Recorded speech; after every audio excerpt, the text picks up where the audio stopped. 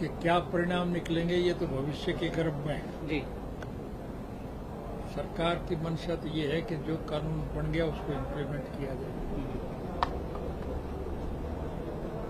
देश के लोगों की सोच ये है कि इस गलत कानून को समाप्त किया जाए। जी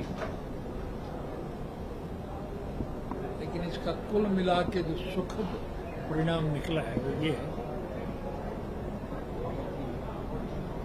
कि इस किसान संघर्ष की वजह से देश के लोगों को सबसे बड़ा लाभ ये मिला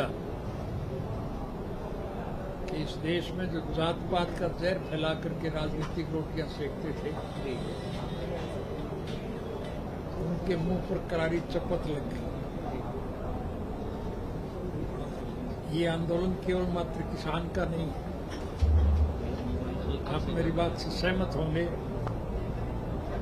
कि इस आंदोलन में 36 जात के लोग शामिल हैं।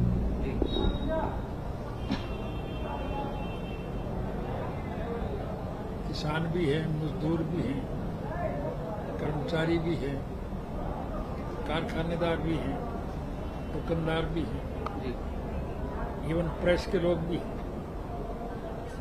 सारे के सारे लोग इसमें शामिल हैं और इस वजह से शामिल हैं कि मौजूदा शासन तंत्र से इस देश का हर नागरिक परेशान है, दुखी। बदकिस्मती से ऐसे लोगों के हाथ में सत्ता आ गई जिनका जनहित के कामों में कोई रुचि नहीं। उनका एक सूत्री कार्यक्रम है कि देश की दौलत को लूटा जाए और इस प्रकार के कानून बनाए जा रहे हैं जिससे सिस्टमैटिक तरीके से, योजनाबद्ध तरीके से सारे देश का पैसा मुट्ठी भर जो बड़े औद्योगिक घराने हैं, अंबानी और अडानी जैसे लोग हैं, उनके पास जा रहे हैं और उनसे ये डायरेक्ट ले रहे हैं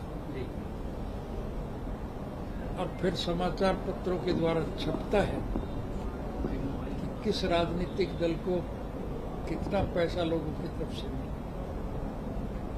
उसमें ऊपर इन्हीं का नंबर आता है क्योंकि पैसा तो उन्हीं लोगों के पास है।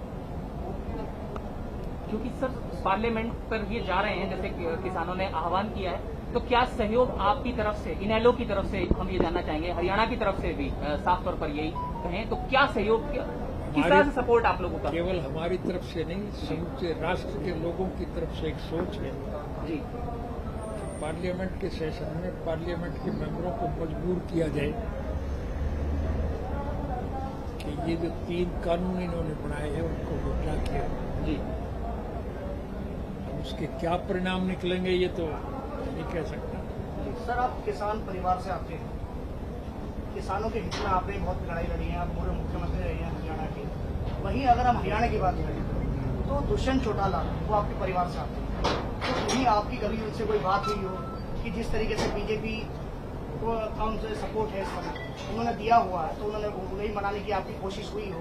क्या कुछ ऐसी बातचीत? मुझे नहीं लगता कि बीजेपी की बात में और आपकी बात में कोई अंतर है। मैंने साफ लफ्जों में एक बात कह दिया और इसकी डिटेल में जाओगे तो मैं और बता दूंगा कि हमारा देश कृषि प्रधान देश है। इसकी अर्थव्यवस्था केवल खेती पर टिकी है। अगर किसान खुशहाल है तो देश मालामाल, और अगर किसान कंगाल है तो देश का बुरा हाल। क्या आप ये आज मान के नहीं चल रहे कि खेती करने वाले की हालत सबसे ज्यादा रहेगी? कानून इस किस्म के बनाए गए हैं जिसकी वजह से किसान की मजदूरी भी खत्म हो गई। मैं सड़क पे घूमने वाला आदमी हूं। मैं सड़क पे जब घूमता हूं और ट्रैक्टर ट्राली अनाज की भरी हुई देखता हूं तो लोगों से पूछता हूं कि भाई मंडी तो इधर रहेगी, तुम वापस क्यों जा रहे हो? वो कहने लगे जी हमारा तो कोई खरीदार ही नहीं।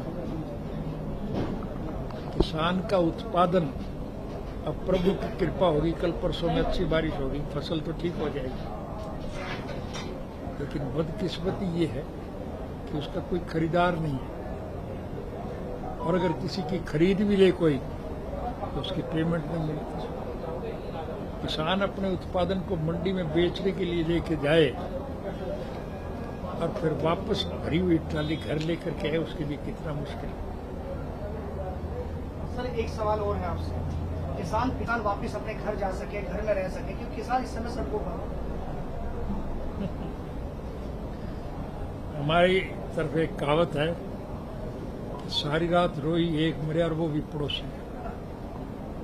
मैंने बहुत संक्षिप्त में आपको बताया था, और संक्षिप्त में बता दूं कि इस आंदोलन के साथ 36 जात के लोग शामिल हैं या नहीं है, ये प्रश्न मैं आपसे पूछता हूं। किसान, मजदूर, कर्मचारी, कारखानेदार, दुकानदार, कर्मचारी, इवन प्रेस तक के लोग सारे के सारे साथ। और जो लोग देश में जात पात का जहर फैला करके राजनीतिक रोटियां सेकते थे, आज उनके रास्ते में सबसे बड़ी रुकावट इस आंदोलन की वजह से खड़ी है।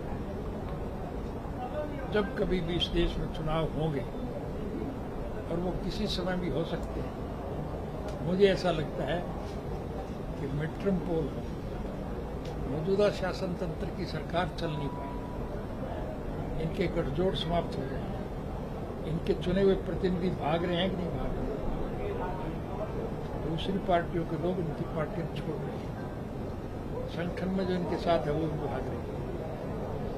इसलिए अल्पमत की सरकार के पास सिवाय मध्यावधि चुनाव के विचार नहीं है। मिड-टर्म पोल आज हिंदू, सिख, मुसलमान, ईसाई, हरिजन, बैकवर्ड सब लोग इकट्ठे हैं नहीं? मेरी बात का जवाब नहीं दे रहे आप। मैं ये पूछता हूँ कि सब लोग इकट्ठे हैं या नहीं? सर मीडिया जवाब देता है, मीडिया जवाब देता नहीं। अच्छा, तो आप केवल पूछना ही जानते हो या जब बताना भी जानते हो? सिर्फ सवाल पूछना ही तो आपका काम नहीं। ये काम तो मोदी के पास रह गया। इसने 7 साल के अरसे में कभी कोई प्रेस कॉन्फ्रेंस बुलाई क्या? इसलिए नहीं बुलाई कि प्रेस वाले लोग सवाल पूछेंगे, इनके पास कोई जवाब नहीं। मैं तो आपके सामने बैठा हूं, मेरे से सवाल करिए, अगर मैं जवाब ना दे सकूं तो बात अलग। अच्छा सर, टिकैत साहब से आज क्या बात हुई, थोड़ा ये जानना चाहेंगे। थोड़ी देर बंद कमरे में हुई थी, हम तब नहीं थे, तो थोड़ा जानना चाहेंगे क्या बातचीत हुई थी। मैं कोई बातचीत अब बंद कमरे में तो करते नहीं, हमारी तो खुली किताब है। पिछले 35 साल से हो रही।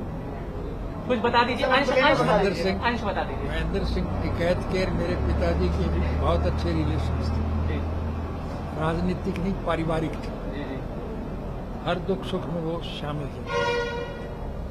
मैं एक नई बात बताऊं आपको, शायद ध्यान में कि मेरे पिताजी की जब डेथ हो गई तो वो राज्यसभा की सीट खाली हो।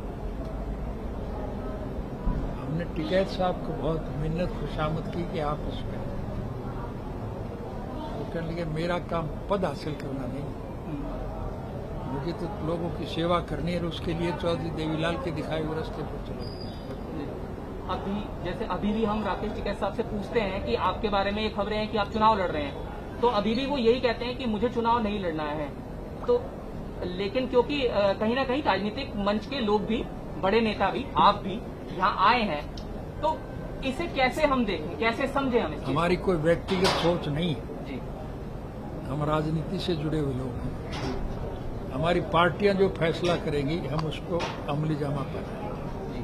और बस मेरा एक अहम सवाल ये कि दिल्ली पुलिस ये कह रही है कि पार्लियामेंट पर किसान ना जाएं, वो अपील भी कर रहे हैं, और अभी हाल ही में ये भी सूचना मिली कि उन्होंने कहा कि नहीं जाने देंगे। 26 जनवरी को भी कुछ ऐसा ही हुआ था, आपको याद होगा। हालांकि वो हर मामले में ऐसी बाधाएं डालते हैं। इस संघर्ष के, इस आंदोलन के मामले में भी जगह जगह बाधाएं डाल रहे हैं कि डालते, उनका काम है जी। वो कहने में अमल नहीं करते, करने में अमल करते।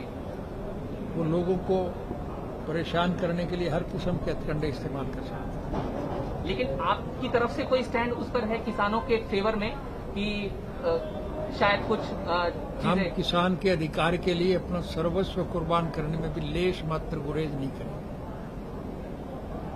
हमें अगर गोलियां भी खानी पड़ी तो उसके लिए भी हम तैयार। और एक मेरा थोड़ा अलग सवाल ये था कि आपने सुना होगा कि पार्लियामेंट में लगातार जो स्थगन है वो चल रहा है, उसमें एक कारण ये भी जुड़ा है कि पेगासिस जासूसी एक मामला है। आपकी प्रतिक्रिया उस पर, ये जो पूरा सिनेरियो है, जो ये सब चल रहा है, पेगासिस जासूसी मामला। क्या प्रतिक्रिया। क्या मामला? इसमें ये कहा गया है कि कुछ विपक्षी पार्टियों के नेताओं के फोन जो हैं वो सुने गए हैं, उनकी बातचीत सुनी गई है, कुछ पत्रकारों के फोन कॉल भी सुने गए। इस तरह की बातें जो हैं वो चल रही हैं, जिस पर काफी हंगामा भी कौन कह रहा है ये? एक रिपोर्ट आई है जिसमें ये कहा मैं गया। आपसे ये प्रश्न पूछता हूँ कि क्या आज तक 7 साल के अरसे में मोदी ने कोई प्रेस कॉन्फ्रेंस बुलाई कोई प्रेस कॉन्फ्रेंस? और इसलिए नहीं बुलाई कि प्रेस में अगर कोई आएगा तो उससे सवाल पूछे जाएंगे और उनके पास उसका जवाब तो कोई है ही नहीं। जी। वो तो अपनी बात कहना जानते हैं, अपने जो मन में आए वो कह लेंगे, दूसरे की सुनने के लिए तैयार नहीं। तो इसलिए ये क्या करते हैं, इस पर तो चर्चा करना ही गलत है। इनके किए हुए गलत कारनामों की वजह से आज समूचा राष्ट्र जो है इनके खिलाफ लामबंद हो गया। और मुझे ऐसा दिखाई देता है, मैं कोई ज्योतिषी नजूमी या पत्रकार नहीं हूं, लेकिन परिस्थितियां ये बता रही हैं कि इस देश में निश्चित रूप से मध्यावधि चुनाव होंगे। ये गठबंधन टूटेगा, इनकी पार्टी के लोग इनको छोड़ के भाग जाएंगे। और जब अल्पमत में सरकार होगी तो फिर मिड टर्म पोल के अलावा कोई और इलाज है क्या? और जब मध्यावधि चुनाव होंगे तो फिर जात पात का जहर फैला के जो राजनीतिक रोटियां सेकते थे तो 36 जात के लोग इकट्ठे हो गए, इनका छुपरा साफ होगा। सर आपको ऐसा क्यों लगता है, क्योंकि मैंडेट उनके पास पूरा है, आपको ऐसा क्यों लगता है कि बीच में चुनाव होंगे? मैंडेट नहीं, इनके लोग भाग रहे हैं कि नहीं भाग रहे? मैं आपसे यही प्रश्न पूछूंगा। आज तो मैंडेट है, लेकिन जो इनके साथ जुड़े हुए लोग हैं उनको छोड़ के भाग रहे हैं। गठबंधन इनके टूट जाएंगे, इनके साथ लगे हुए लोग जो स्वार्थ के वशीभूत गए वो इनको छोड़ के भाग जाएंगे। तो अल्पमत की सरकार तो नहीं चल पाएगी। अल्पमत में जब ये रह जाएंगे तो फिर मध्यावधि चुनाव के अलावा कोई तीसरा विकल्प है ही नहीं।